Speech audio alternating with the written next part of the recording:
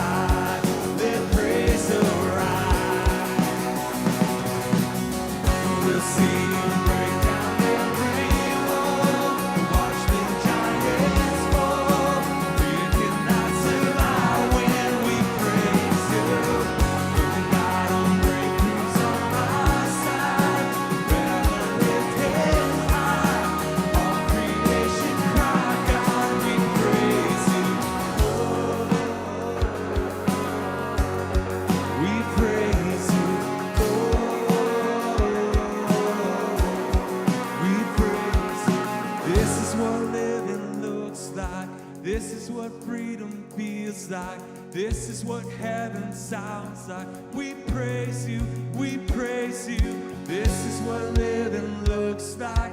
This is what freedom feels like. This is what heaven sounds like. We praise you, we praise you. This is what heaven looks like. This is what freedom feels like. This is what heaven sounds like. We praise you, we praise you. This is what living looks like. This is what freedom feels like. This is what heaven sounds like. We praise you. Oh, I will see you break down every wall. Watch the giants fall. You cannot survive when we praise you. Good God and breakthroughs on our side. Forever lift heads high. All creation cry, God, we praise you. We'll see you break down every wall. Watch the giants fall. You cannot survive when we praise you. Good God and breakthroughs on our side. Forever lift heads high. All creation cry, God, we praise you. We praise you. We praise you. We praise you.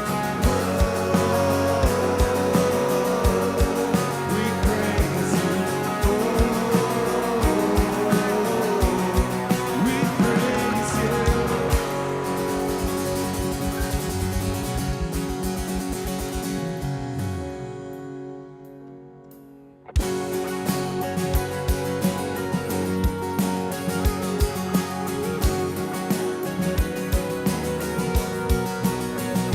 I was lost, he found me.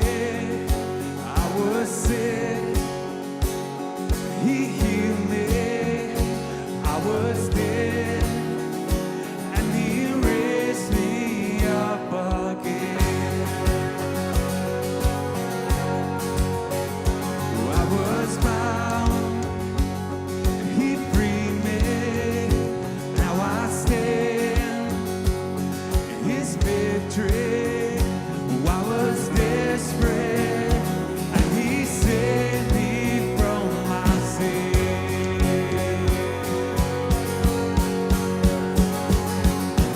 So isn't he good? Isn't he great? Isn't he faithful? Look at my life, look what he's done. Isn't he able? Isn't he good? Isn't he great? Isn't he worthy? Oh, he's worthy, isn't he?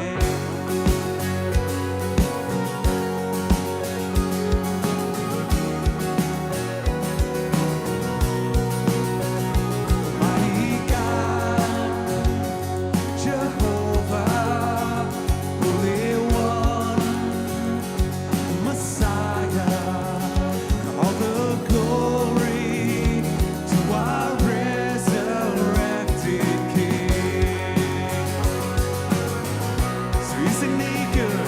Isn't he great? Isn't he faithful? Look at my life, look what he's done. Isn't he able?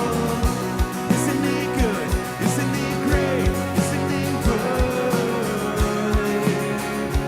Oh, he's worthy, isn't he?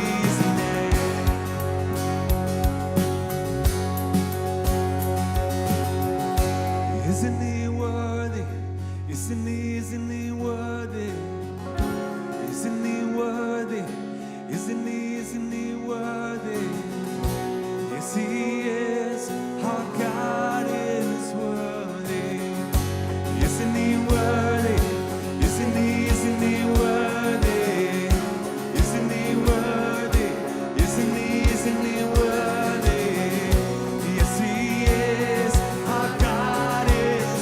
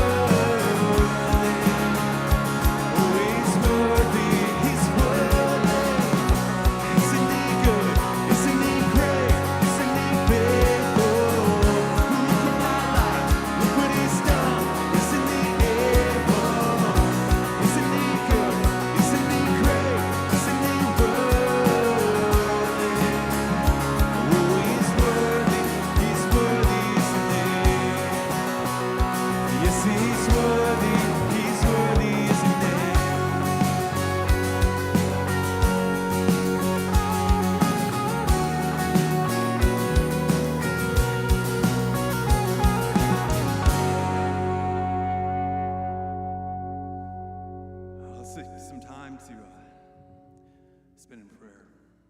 Lord God, we are in awe of your worthiness today. God, you are worth so much more than we can even bring to the table this morning. So Lord, our prayer would be that what you see and what you hear in this place would make you smile. God, you've done so much for us. You sent your son Jesus so that we would have a path that leads to you. So that we could have a real relationship with a real God. Father, this morning too, I pray that you would remind us in those dark times. Maybe it seems like the night is just going to keep going on forever. God, remind us that you bring a new day. You bring a new day full of your promises, a new day full of your mercy. And we can live freely within that. God, we are grateful that you are so faithful to us, time and time again. Lord, we lift up your name in this place as we continue to sing of your faithfulness and of your grace to your people.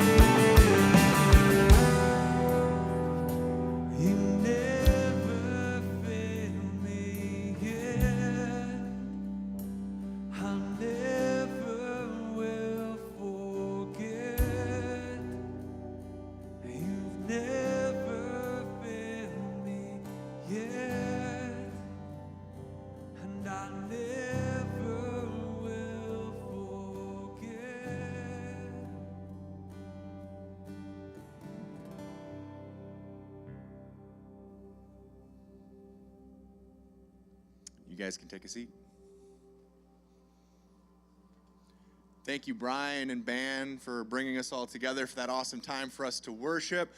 Good morning, everyone. My name's PJ. Welcome to Midcurrent. We're so happy that you came and joined us here today. It's been so exciting over these last weeks and last months of seeing all the new faces come and join us here at Midcurrent. And there's new people that I see coming here every week, and it's such a great time for us here at Midcurrent. And if you happen to be one of those new people, maybe this is even your very first time here at Midcurrent, I'd love to extend a welcome. We're so glad that you're here.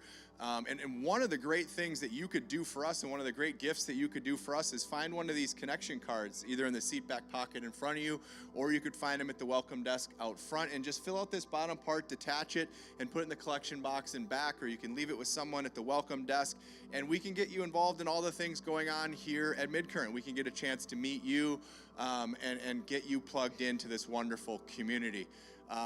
If you have been coming to Midcurrent for a while, maybe you even call Midcurrent home, and you love this place as much as many of us do, this is a great opportunity to remind us about giving back to Midcurrent.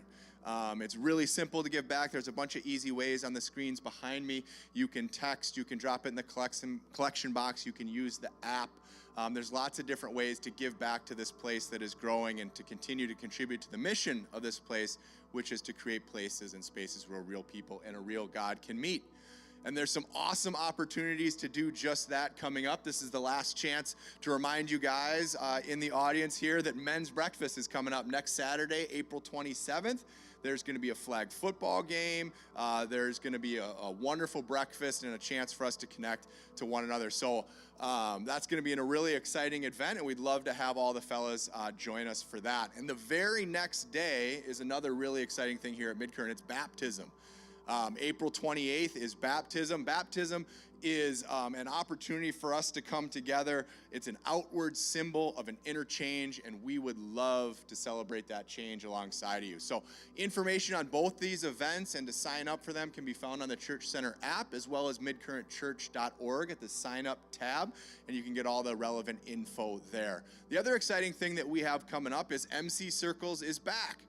It's a great opportunity for us to gather in small groups and to dive deeper and connect with one another on a deeper level. So for 4 weeks in May, we're going to be going through the book of Jonah. So it's a tremendous opportunity. And again, you can go to the Church Center app and see what open circles are available for sign up. So some really exciting things coming up here at Midcurrent.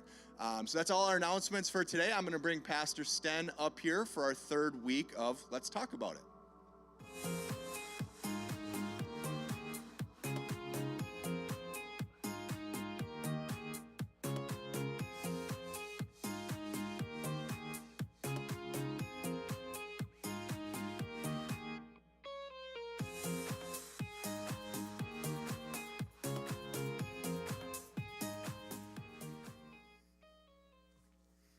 Hey, one of the hardest parts of my job is actually being invited into some of the hardest parts of people's lives. Now, don't get me wrong, it's a real privilege to be invited into those places, and I'm glad that I'm here to have the chance to do that, but that doesn't make it any easier to address the pain and to address the difficulty that oftentimes I am asked to stare at in the face alongside of those who are hurting.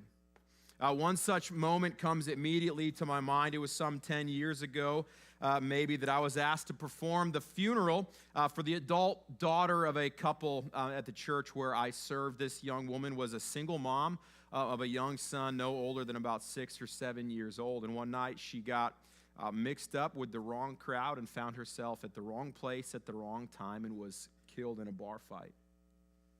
And comforting her family in the immediate moments afterwards, and then addressing a church full of people who had gathered for her funeral was one of the hardest things I ever had to do. And sadly, that's not the only hard thing that I've ever encountered in a life of ministry. I've walked alongside of people who have experienced all sorts of unexpected death or loss in their family, of young and old. I've walked alongside of people who have experienced the pain of infertility or miscarriage, with people who are pleading with God for the blessing of kids. I've walked alongside of people who have been betrayed or abused. I've walked alongside of spouses who have had, spouses of their own who have been horribly unfaithful to them. I've walked alongside countless numbers of people who it just seems like life has had a way of kicking them while they are down.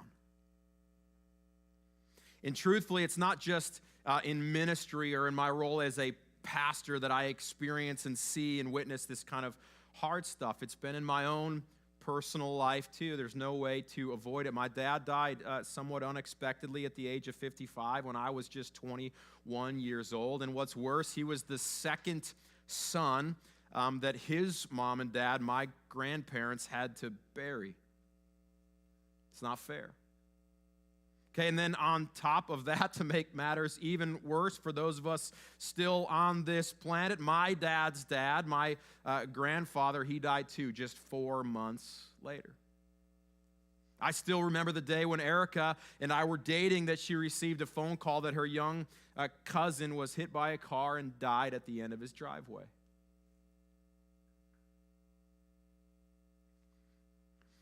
Now, maybe it's me, but tragedy like this that I witness, that I see, that I experience, it's tragedy like this, and it's pain like this, and it's suffering like this that sometimes shakes my faith the most. In the face of tragedy and pain and suffering, sometimes I find myself asking, what the heck, God? Like, why does this stuff have to happen? Why does our world have to be filled with so much pain and so much suffering? And I'm wondering, I have a fairly good guess, but I'm wondering if any of you have ever asked similar questions like this in the face of trials or hardship that either you've witnessed from afar or maybe that you have walked through yourself. I wonder if you have ever found it hard or maybe just harder to believe that God is good when life is not always so good. If so, I want to acknowledge that pain today. And I also want you to know, which sometimes this is just what we need to hear at the very least in the middle of pain. What I also want you to know is that you're not alone. Right? You're not alone here at this church, and quite frankly, beyond this church, it might be helpful for you to know you're not alone anywhere when it comes to this kind of stuff. In fact, there was a recent survey done by the Barna Group that found that 30% of their respondents, that's just about 1 out of every 3 people, had doubts about God and even had objections, questions, concerns about Christianity because of the reality of human suffering in the world. And I totally understand those concerns, right? The questions that arise out of the suffering and out of the pain that people experience in the world, they're totally valid questions. And so I'm not surprised to see this topic, conflict, pain, suffering. I'm not surprised to see it as the third reason, the number 3 reason on a list of the top reasons why people have objections to Christianity. And while that list doesn't necessarily surprise me, I also found myself looking over this list as I was presented with it. I found myself looking over this list thinking that we as Jesus followers, as hard as some of these topics are, I remember thinking, man, we as Jesus followers don't necessarily need to be afraid to discuss those things. When I thought about each item, each topic on the list, I thought to myself, we don't need to ignore it. Let's just talk about it. And so that is the goal, it has been the goal through this series that we titled, Let's Talk About It. We took the results of this Barna survey and made those top 4 objections the focus of our time and the focus of our attention here on Sundays for the month of April. And so today, I want to talk about the reality of pain and of suffering and of the conflict that we so often experience in life here on earth. Most often, just from what I see and what I hear and the conversations that I have with people in and outside of the church, most often questions about pain and questions about suffering and tragedy, they're all kind of expressed, they're all kind of boiled down into the same one question, which is this: why do bad things happen to good people? Right? That seems to be the question that people want to know in the world today. Why do bad things happen to good people? I think deep down inside, we all just assume, or we just want to believe, right, that good things should happen to good people. And if bad things are going to happen to anyone, well, then they should probably only happen to bad people. And so when bad things happen to good people, I think our brains, they can't compute. When bad things happen to good people, our brains can't make sense of it, right? If this was a good person, then certainly this shouldn't have happened, and certainly they're not to be blamed for what happened to them. And when that's the case, then they're not to blame, that we've got to find someone else to blame for what it is that happened to them. And when there is no one else who that we can see had directly caused this kind of pain, I think oftentimes the next logical conclusion that we come to is that somehow God must be to blame for allowing it to happen to them. If God was good, he could have intervened, right? God could have done something and he didn't. God could have prevented it. He could have prevented the pain. He could have prevented the suffering, and he didn't, right? And so the only logical conclusion that we can come to then, the only conclusion that we can draw is that maybe God is not all that good after all. And I get it.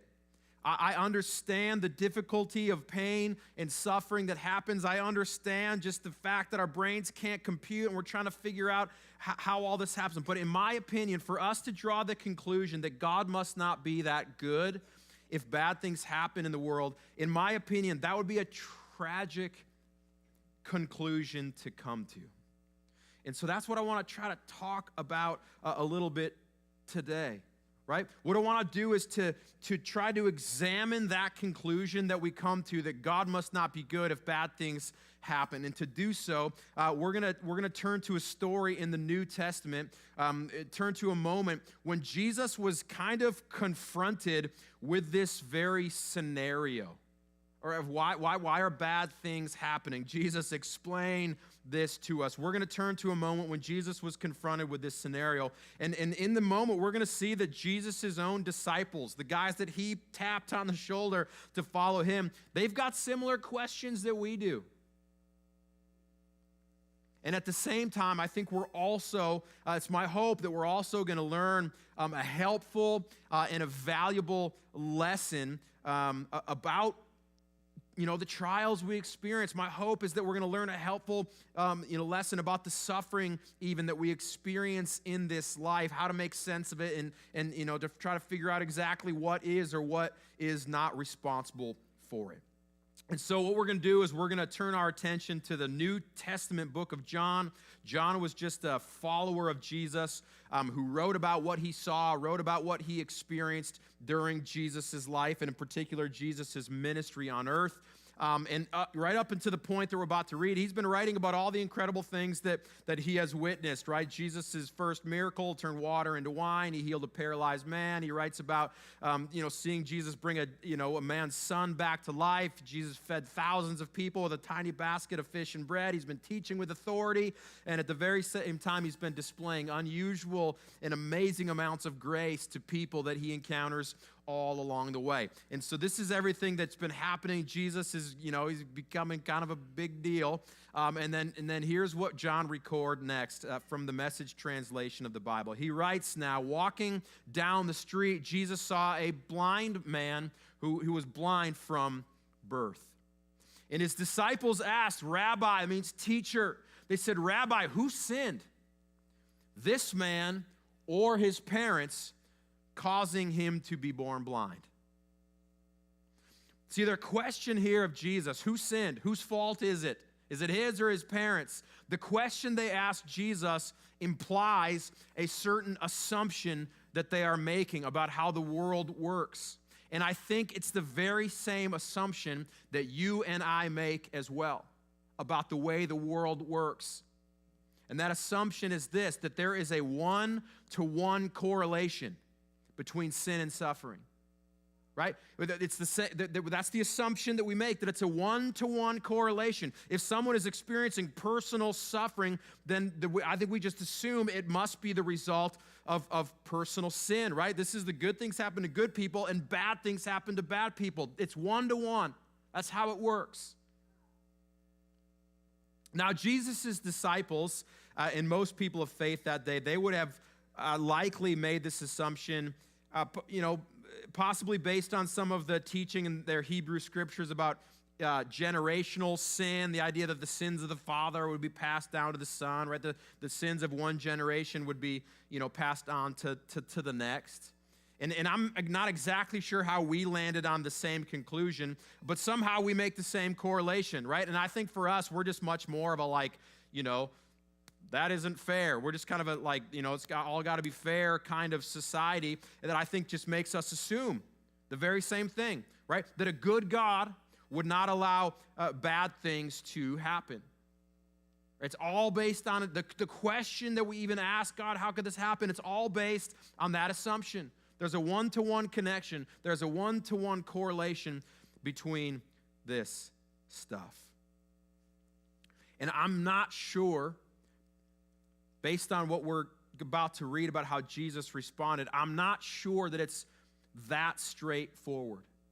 In fact, look how Jesus responds. Jesus says, "You're asking the wrong question." The literal translations say, "Neither sinned." It wasn't this man or his parents.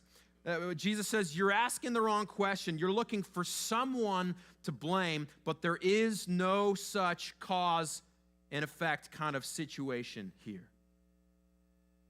And so in just a few short sentences, Jesus debunks the whole idea that personal suffering is related to personal sin. He says there is not, fellas, he said that's not how it works. There's not a one-to-one correlation. There is not this kind of cause and effect situation that most people assume there is. And so then here's what we learn if we pull back from this a second. Here's what we learn. Personal suffering is not always the direct result of personal sin. There's not a one-to-one correlation. But here is how the two are connected. Human suffering, because it exists, sadly.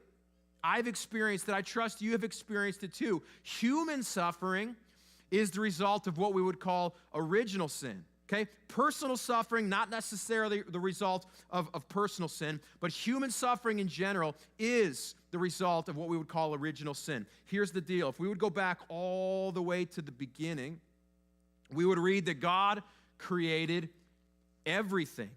And quite possibly his finest work of art was humankind, right? Man and woman that were created in the image of God to be in relationship with God. They were created to be in perfect unity and in perfect partnership with God in this world that God created. And he gave them total freedom over this world, total freedom over the garden that he had placed them in, with one specific exception. Total freedom, just one exception. Don't eat from the tree of the knowledge of good and evil. And as many of you here may be aware, they couldn't resist. And from that moment, sin and brokenness, it entered the world.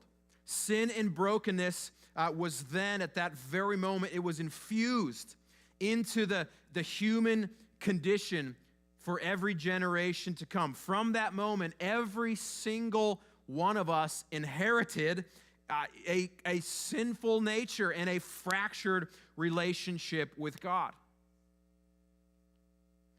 And that is an unsettling thought. I understand that's an unsettling thought to come to grips with. But here's what we have to understand about this. Here's what we have to understand about the reality of sin entering the world. God made sin a possibility. Okay? We made it a reality. A lot of times we think, man, how could God, set the world up this way? Why would God even allow this kind of thing to happen? We have to understand that that day, at the beginning of it all, God made sin, brokenness, just a possibility. Humankind, mankind, you and I, we made it a reality. We set sin's ugly wake into motion in this world. And so if I was to just call a quick time out here for a second, the one question that comes to mind, or at least the question that I think is worth considering when this is the reality, right? The question that I think is worth considering is not necessarily why does God allow bad things to happen to good people. It seems to me, based on what we made a reality in the world, it seems to me a better question would be, why does God allow good things to happen to people that haven't always been so good? Right? Humanity, and you and I are included in this, humanity doesn't have the greatest track record. Right? None of us, as hard as we try, none of us have a perfect spiritual resume, and yet we still are allowed to experience the good that this world has to offer and the life that God has made available to us. It is purely because of the goodness of God and His mercy and His grace that we continue to receive life and blessing that we do not deserve. And so as Jesus followers, or potential Jesus followers, if that's the boat that you're in right now, okay? But as Jesus followers who are asking tough questions about the pain and about the suffering in the world, this is important for us to hear all of this. It's important for us to recognize when we have tough questions about bad things happening to good people. It's important for us to recognize that nowhere within the entire Jesus following movement did Jesus or anyone else suggest the idea. Jesus or no one else suggested the idea that good things should only happen to good people and bad things should be reserved only for the people who have done really bad. The truth of the matter is, if we just step back and look at this thing from afar, the truth of the matter is this, listen carefully. The whole thing, Christianity in general, it is built on the idea that the worst thing ever happened to the best person ever.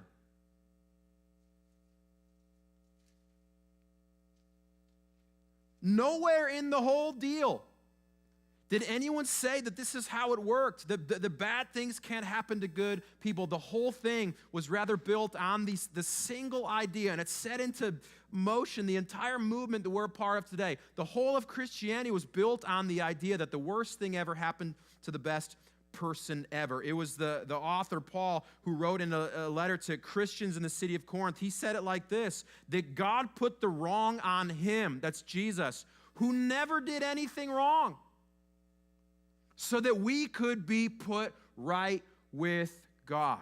Right? This is Jesus, he who had no sin became sin for you and for me. Right? The one who lived a perfect and a sinless life died a cruel and excruciating sinner's death so that we could be made right with God. What an amazing gift that we receive, right? The penalty for our sin was death, but Jesus took on our sin and He paid the penalty with His life so that we could have life. How amazing is that? And B, what a stark realization it is when we think about it. What a stark realization it is to learn that perhaps this world and perhaps even a life of faith is not set up exactly like we thought it was. 1-to-1. Right? All of this exposes the reality that perhaps we really are looking for answers to the wrong kinds of questions. In fact, here's another example of that. This is exactly what Jesus suggests to his disciples in this encounter with the blind man. Here's where we left off. Jesus says to them, you're looking for someone to blame, but that's not how this works. He says there is no such cause-effect situation here. But here's what he does say to them, okay? Neither one is to blame. Instead, he says this, look instead for what God can do. You're looking for someone to blame. There is no such cause and effect here. Look instead for what God can do. Other translations say this happened so that the power of God could be seen in him. Now that leaves a dangerous thought dangling there. I know that suggests that God had a hand in intentionally making this man blind so that God could come out looking good in the end. And that's really not what is being suggested here. That's why I like the Message translation that says, look instead for what God can do, because I think Jesus is just asking us as his readers, as the readers of this, I think in the hearers, I think Jesus is just asking us to reconsider our focus on certain matters in life. Much like a camera, I was thinking this week, much like a camera that can change the focus from the foreground to the background, same picture, same scene, much like a camera can focus on the foreground or the background, blurring one while bringing the other into focus. I think Jesus is just asking us in matters like this to shift focus. And so rather than asking the question, why did this happen? Why, God? Whose fault is it? Was it his? Was it his parents? Was it them? Was it you, God? Rather than going on a hunt for who's to blame and asking questions of why, I think Jesus is suggesting a shift. He's suggesting that the better question is what? Okay? What could God do in spite of this? Because here's the reality I think he's trying to get at. It happened. Okay? We could ask questions about why, but the reality is it happened because of original sin, because of the brokenness that exists in the world and that will always exist in the world this side of heaven. It happened. So let's look instead for where and how God, in all of his goodness, in all of his kindness, in all of his mercy, could be at work in spite of it, and how he could maybe be possibly working right in the middle of it. We're looking for answers to the wrong questions. It's not a why. Someone explain why. It's a how. It's here as a result of the brokenness in the world. So now the question is, where could God show up in the middle of it? In my humble opinion, that is a far more appropriate and ultimately a far, more worthwhile pursuit. But here's what I recognize. It doesn't take away the pain. I get it. Okay? That there's no answer to this question. There's no new insight, between the connection, between sin and suffering that's going to make the pain go away. That's going to make the suffering feel any less, hard. It's still devastating whenever and wherever suffering and pain rears its ugly head. I'm not suggesting that there's some kind of, something that's going to unlock it all so we go, oh, cool, doesn't hurt any longer. I'm not suggesting that.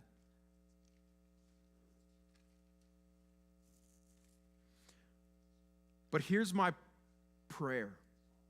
Here's what I'm hopeful for in the midst of it. Here's what I'm hoping in the midst of the pain, in the midst of the suffering. Here's what I'm hoping might be the case for you. If there really is not a one-to-one connection, if our faith is not built on the notion that only good things happen to good people, then here's what I'm hoping for, that our pain and our suffering would just simply then point us to something else. It's going to be there, I think, because of the reality of the brokenness in the world. It's going to be there. And so my hope is, I'm not suggesting that something's going to make it go away, but my hope is that it would point us to something else, that it would point us to something greater. My prayer is ultimately that the reality of pain in the world would contribute less to our doubt about God, and it would contribute more to a greater hope in God. At my dad's funeral, we read the following words from the book of 2 Corinthians with some of his trials and sufferings on earth in mind. The author writes it like this in the Message translation. So we're not giving up. How could we? Even though on the outside it often looks like things are falling apart on us, on the inside, where God is making new life, not a day goes by without his unfolding grace. These hard times are small potatoes compared to the coming good times in the lavish celebration prepared for us. There's far more here than meets the eye. The things we see now are here today, gone tomorrow. But the things we can't see now will last forever. I like that. But here's the question. What's the lavish celebration that's being prepared for us? What exactly are the good times that are to come? I think the book of Revelation gives us a clue. It's the last book in the Bible. I think Revelation gives us a clue as to what it is that's to come, what it is that we have to look forward to. It says one day he will wipe away every tear from their eyes. This is what we have to look forward to. There will be no more death or sorrow or crying or pain. All of these things are gone forever. That's what is to come. That's what I'm hope our pain would point us to, not doubt in God, but hope in God for that day. I'm not trying to minimize the pain. I'm not suggesting that it shouldn't hurt. I'm not suggesting that if it does hurt, that you're weak or something, or your faith isn't that strong. I'm not trying to suggest any of that. My ultimate hope is just that pain in this world here today would point us to the day and point us to the hope and point us to the God that promised all of that in the world that is to come. That's what's awaiting us. That's what's promised to us. And ultimately, that, gang, is the world. That's the place. That's the scenario. That's the life. That's the relationship that we were created for. I wish so badly that our faith in Jesus means that we experienced all that's to come. I wish our faith in Jesus meant that we experienced that here on earth. I wish so badly that Jesus' victory over the grave meant that there was no more death, no more sighing, no more crying, no more pain today. I wish so badly that God's love and grace for us would be the very thing that wiped away every tear from our eyes here and now. Yet sadly, that is just not the promise that was made. And while that's a difficult reality to come to terms with, it also points to a greater reality that is worth considering, which is this. It's the famous Christian thinker and writer C.S. Lewis that once said this: if we find ourselves with a desire that nothing in this world can satisfy, the most probable explanation is that we were made for another world. Midcurrent Church, we were made for another world. God has invited us and God has invited you into that world. God sent his son, Jesus, his one and only son, Jesus, to this world to secure your place in the world from which he came, where there is no more pain, where there is no more sorrow. And I, for one, I am banking on the promise that world exists for me. I'm holding out with everything that I've got. I'm holding out for that world, and I pray the same is true for you. It's the very place that is waiting for you. It's the very place that is waiting for all of us who have accepted the free gift of grace that God made available to us through the life and the death and the resurrection of his son, Jesus Christ. Let me pray for us.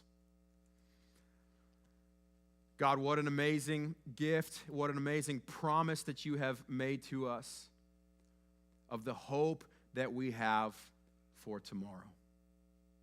God, my prayer is that any pain, any hardship, any trials, any suffering that we experience today, God, and I'm not trying to minimize the pain, it's just my prayer that, God, any of it that we experience, my prayer is that, God, it wouldn't just produce doubt in us about you. My hope is that it would just produce a greater hope in you for the world that is to come. But God, that is not easy. The reality is we are in the very messy middle. You created things to be good and perfect, and you promised that it would be again someday. But God, for us here and now, that day is not here yet, and that means that we are waiting in the middle. And so I am praying that you would give us a confidence, God, a sense that you are with us in the middle, in the waiting for the day that is to come. And God, for those of us who have not put our faith in you, for those of us that have not raised our hands, said yes to you, to put you at the forefront of our life, God, I pray that we might consider that free gift that you made to us. God, I pray that we might consider a relationship with your Son, Jesus, that is our pathway, God, to the world that you have created us for. And so, God, for those people here contemplating a life with you, I pray that they might open their heart to your Son, Jesus, here in this place, God. And for all of us, we ask you to be with us in the midst of all that we experience here on earth. We pray these things in your name. Amen. Hey, I want to just make one more invitation today to you to let us know that if you are taking steps of faith in Jesus, if you're saying, hey, I do want to say yes to a relationship with Jesus, yes to that world that is waiting for me, we would love to know. We'd love to have you just send us a very simple email, 3 words, I said yes, to yes@midcurrentchurch.org. For people that are taking steps of faith in Jesus, we want to come alongside of you. We want to cheer for you. And we want to support you in any way we can. So we will be thrilled to join you on this journey as you begin to follow Jesus. And if a part of your journey today requires you to receive prayer for whatever's happening in your life, someone from our prayer team is available to my right, and they would be glad to pray with you before you leave today. Other than that, we hope you have a great afternoon, and we would be so thrilled to have you here back next Sunday at 9 and 10:30. We'll bring an end to this series. Let's talk about it, and we will also celebrate new life in Jesus with those who are coming forward to take a step of baptism. Won't be the same without you here celebrating with us, so we hope to see you then. God bless you.